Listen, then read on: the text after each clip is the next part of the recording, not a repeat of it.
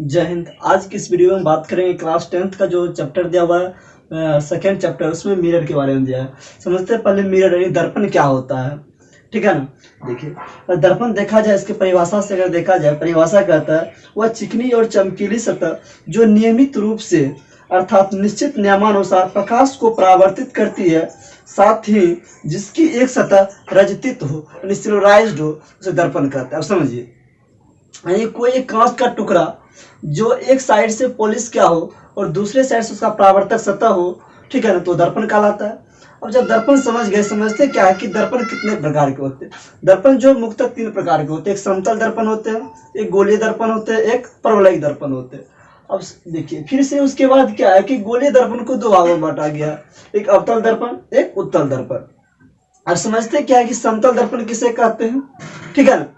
देखिए, वैसा दर्पण जिसका परावर्तक सतह समतल हो, जिसका परावर्तक सतह समतल हो, समतल दर्पण कहते हैं। देखिए, समतल दर्पण जो यहाँ पर दिया हुआ है आपका, देखिए एक सतह क्या है, सिल्वराइज्ड है ना, रजजित क्या हुआ है, पॉलिश क्या हुआ। एक सतह जो ये भाग जो आप देख रहे हैं लकीर इस तरह से दिया हुआ है, ये क्या है कि पॉलिश क्या हुआ भाग है, ये क्या है, परावर्तक सतह, इसी ये हुआ परावर्तक सतह, इसे समतल दर्पण कहते हैं क्योंकि ये समतल है। अब उसके बाद आता है कि गोलीय दर्पण, कहता है कि वैसा दर्पण जो एक खोखले गोले का एक भाग, उसे गोलीय दर्पण कहते हैं। ठीक, और इस गोलीय दर्पण को 2 भागों में बांटा गया, एक अवतल दर्पण, एक उत्तल दर्पण। आप समझते क्या है कि अवतल दर्पण क्या होता है, उत्तल दर्पण क्या होता है। सबसे पहले देखिए यहाँ पर जो अवतल दर्पण देश को समझते हैं। अब वैसा परावर्तक सतह, वैसा गोलीय दर्पण जिसका परावर्तक सतह, देखिए वैसा गोलीय दर्पण जिसका परावर्तक सतह अंदर की ओर धंसा हो। ये जो देख रहे हैं अनपॉलिश्ड जो भाग है, इसे परावर्तक सतह कहा जाता है। क्या कहा जाता है, परावर्तक सतह कहा जाता है, परावर्तक सतह कहा जाता है।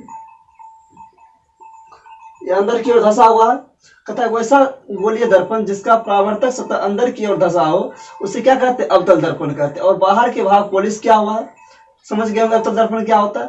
और उसके बाद आता है उत्तल दर्पण,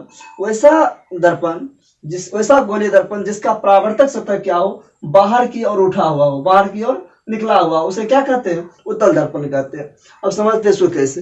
देखिए, उत्तल का मतलब ही, उत्तल मतलब उठल, यानी जो भाग ऊपर की ओर बाहर निकलेगा, जिसका परावर्तक सतह बाहर की ओर निकला हुआ रहेगा, उठा हुआ रहेगा, उसे उत्तल दर्पण कहेंगे। साधारण सी बात। अवतल दर्पण जिसका धंसा हुआ रहेगा उसे अवतल दर्पण कहेंगे। समझ गए उत्तल दर्पण क्या होता है, अवतल दर्पण क्या होता है। अब आता है परवलयिक दर्पण, कहता है कि वैसा दर्पण जो क्या पूर्ण रूपेण से गोल ना हो, पूर्ण रूपेण से गोल ना हो, उसे परवलयिक दर्पण कहते हैं। समझ गए यहाँ तक। देखिए, अब इस जो यहाँ पर जो अवतल दर्पण आपने देखा, इसी अवतल दर्पण को अभिसारी दर्पण भी कहा जाता है, ठीक है ना। और उत्तल दर्पण को अभिसारी दर्पण कहा जाता है। अब समझते क्या है कि अवतल दर्पण को जो अभिसारी दर्पण कहा जाता है, ये अभिसारी होता क्या है। अभिसारी का मतलब होता है कि जब प्रकाश की किरणें क्या होती है कि किसी बिंदु स्रोत से आती हुई, मतलब किसी दिशा से आती हुई, समांतर रेखाओं से आती हुई किसी बिंदु पर आकर मिल जाती है। यानी कहने का मतलब समझिए ऐसे, यानी कोई प्रकाश की किरण, जैसे यहाँ पर मान लेते हैं, यहाँ पे एक दर्पण रखा हुआ है, ठीक है ना। क्या हुआ, यहाँ से समांतर प्रकाश की किरणें कोई गई और जाकर क्या हुआ, किसी एक बिंदु पर आकर मिल गया, एक बिंदु पर आकर मिल गया। ये इस बिंदु पर आकर जो मिला, ठीक है ना, इसीलिए इसका नाम अभिसारी दर्पण रखा गया। अभिसारी मतलब अभी मतलब आना, ठीक है ना। एक बिंदु पर आकर मिल जाना, इसी को कहते हैं अवतल दर्पण और अभिसारी दर्पण। अभिसारी दर्पण पूछा जाएगा आपसे, अवतल दर्पण को कौन सा दर्पण भी कहा जाता है, तो क्या कहिएगा, अभिसारी दर्पण, ठीक है ना। उत्तल दर्पण में क्या होता है कि प्रकाश की किरणें क्या होती है कि एक बिंदु से निकलकर विभिन्न दिशाओं में फैल जाती है। एक बिंदु से निकल क्या होती है, एक बिंदु से निकलकर विभिन्न दिशाओं में क्या होती है, फैल जाती है, ठीक है ना। एक बिंदु से निकलकर विभिन्न दिशाओं में फैल जाती है, इसीलिए इसे अपसारी दर्पण कहा जाता है। समझ गए यहाँ तक। जैसा कि आपने देखा क्या कि जो अवतल दर्पण और उत्तल दर्पण क्या होता है। अभी अवतल दर्पण आपको हम बताए थे। अवतल दर्पण जो होता है उसका जो परावर्तक सतह होता है अंदर की ओर धंसा हुआ होता है। देखिए, अवतल दर्पण का परावर्तक सतह क्या धंसा हुआ, जो बाहर इस तरह से लकीर देख रही है, इसे पॉलिश कहते हैं, तो पॉलिश किया हुआ, अंदर इसका परावर्तक सतह अंदर धंसा हुआ है। तो उत्तल दर्पण जैसे आपको बताया, उत्तल दर्पण क्या होता है, इसका परावर्तक सतह उठा हुआ होता है और पॉलिश क्या हुआ, भाग धंसा हुआ होता है, धंसा हुआ है ना। अब समझ गए उत्तल दर्पण और अवतल दर्पण। अब समझते क्या है कि जो अवतल दर्पण में मुख्य अक्ष क्या होता है, या प्रधान अक्ष क्या होता है, ध्रुव क्या होता है, वक्ता केंद्र क्या होता है, वक्ता त्रिज्या क्या होता है, इन सभी टॉपिक को इस वीडियो में हम कवर करेंगे। ये समझते हैं पहले क्या, किसी भी दर्पण जो अब तक कोई भी दर्पण जो होता है, उस दर्पण में जो यहाँ पर जो लाइन आपको दिख रहा है, देखिए यहाँ पर जो लाइन दिख रहा है, यहाँ पर ये एक्स और वाई लाइन दिख रहा है, इस एक्स और वाई को क्या कहते हैं, इसी एक्स और वाई को कहते हैं मुख्य अक्ष या प्रधान अक्ष। अब समझते हैं कि ये मुख्य अक्ष या प्रधान अक्ष कैसे हुआ। देखिए मुख्य अक्ष या प्रधान अक्ष उसे कहते हैं कि जो क्या करती है कि जो ध्रुव और वक्ता केंद्र को मिलाने वाले, ध्रुव और वक्ता केंद्र को मिलाने वाले रेखा को मुख्य अक्ष या प्रधान अक्ष कहते हैं।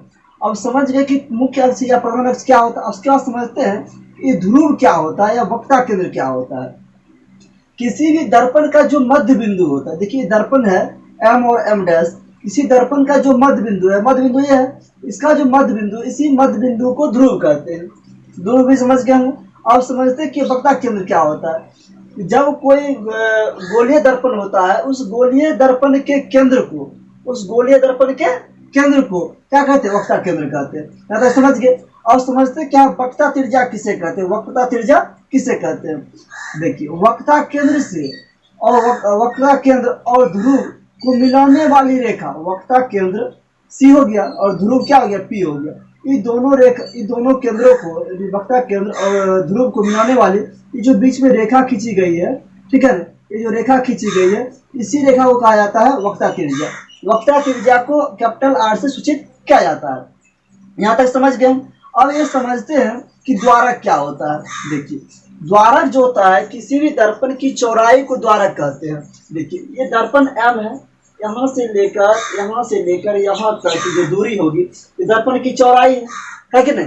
इसी दर्पण की चौड़ाई को एम और एम डैश, इसी को द्वारक कहा जाता है। क्या कहा जाता है, द्वारक कहा जाता है, द्वारक कहा जाता है। ये दर्पण की चौड़ाई को क्या कहते हैं, द्वारक कहते हैं।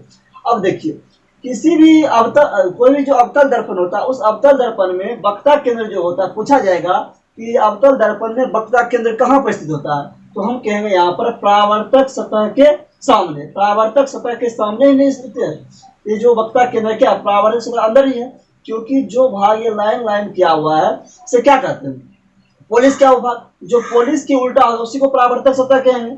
इसीलिए अवतल दर्पण में जो वक्ता केंद्र होता है परावर्तक सतह के सामने होता है, ठीक। अब लेकिन देखिए, अब समझ गए यहाँ तक, वक्ता केंद्र कहाँ होता है, परावर्तक सतह के सामने होता है। अब समझते क्या है कि उत्तल दर्पण में ध्रुव कहाँ पर होता है, वक्ता केंद्र कहाँ होता है, वक्ता त्रिज्या कहाँ होता है और मुख्य अक्ष कहाँ होता है, ठीक है ना। देखिए ठीक उसी प्रकार क्या है कि एक्स और वाई एक रेखा खींचा हुआ है, ठीक है। इसी एक्स और मिलाने वाली जो रेखा एक्स और वाई, इसी को कहते हैं मुख्य अक्ष या प्रधान अक्ष। क्या कहते हैं, जैसे यहाँ पर देखे थे मुख्य अक्ष प्रधान अक्ष। अभी जस्ट समझाएं कि क्या समझाएं कि ध्रुव और त्रिज्या, सॉरी ध्रुव और वक्ता केंद्र को मिलाने वाले रेखा को क्या कहते हैं, मुख्य अक्ष कहते हैं। इसमें भी देखिए सेम टू सेम दोनों में, यानी अवतल दर्पण में भी वही बात और उत्तल दर्पण में वही बात। अब देखिए उसके बाद क्या है कि जो ध्रुव, तो बताया भी कि किसी दर्पण के जो मध्य बिंदु होते हैं वो ध्रुव कहलाते हैं, इसमें भी वही बात था, ठीक। अब देखिए उसके बाद जब ध्रुव समझ गए, उसमें वक्ता केंद्र, किसी गोलीय दर्पण के केंद्र को वक्ता केंद्र कहते हैं, सूचित किया जाता है, इसमें भी वही बात था अवतल दर्पण में भी। और उसके बाद समझते क्या वक्ता त्रिज्या क्या किसे कहते हैं, यानी ध्रुव और वक्ता केंद्र की मिलाने वाली रेखा, ध्रुव और वक्ता केंद्र के बीच की दूरी मिलाने वाली रेखा कहेंगे तो मुख्य अक्ष हो गया। यहाँ से ये मिलाने का काम जो किया ये मुख्य अक्ष हो गया। लेकिन इस दोनों के बीच में दूरी जो होगी, यानी ध्रुव और वक्ता केंद्र के बीच जो दूरी होगी उसे क्या कहेंगे हम, वक्ता त्रिज्या कहेंगे। क्या कहेंगे, वक्ता त्रिज्या कहेंगे। और द्वारा क्या हो गया इसका, एम और एम डैश हो गया। यानी अवतल दर्पण का द्वारा क्या हो गया, उत्तल दर्पण का एम और एम डैश, अवतल का भी वही द्वारक था। इस चीज को समझ गया। उसके बाद अब समझते क्या है कि जो वक्रता केंद्र यहाँ पर है इस उत्तल दर्पण में, वक्ता केंद्र जो है इस दर्पण के परावर्तक सतह के किस ओर है। अब देखिए इसका परावर्तक सतह बाहर की ओर है, तो जब भी पूछा जाएगा कि अवतल उत्तल दर्पण में वक्ता केंद्र परावर्तक सतह के किस ओर होता है, तो उसके पीछे की ओर होता है कि नहीं, पीछे की ओर है कि नहीं। परावर्तक सतह बाहर की ओर है और अंदर की ओर है, क्या हुआ, परावर्तक सतह से पीछे की ओर है। समझ गए यहाँ तक। बस इस वीडियो में इतना ही, मिलते हैं नेक्स्ट वीडियो में। Thanks for watching this video. जय हिंद।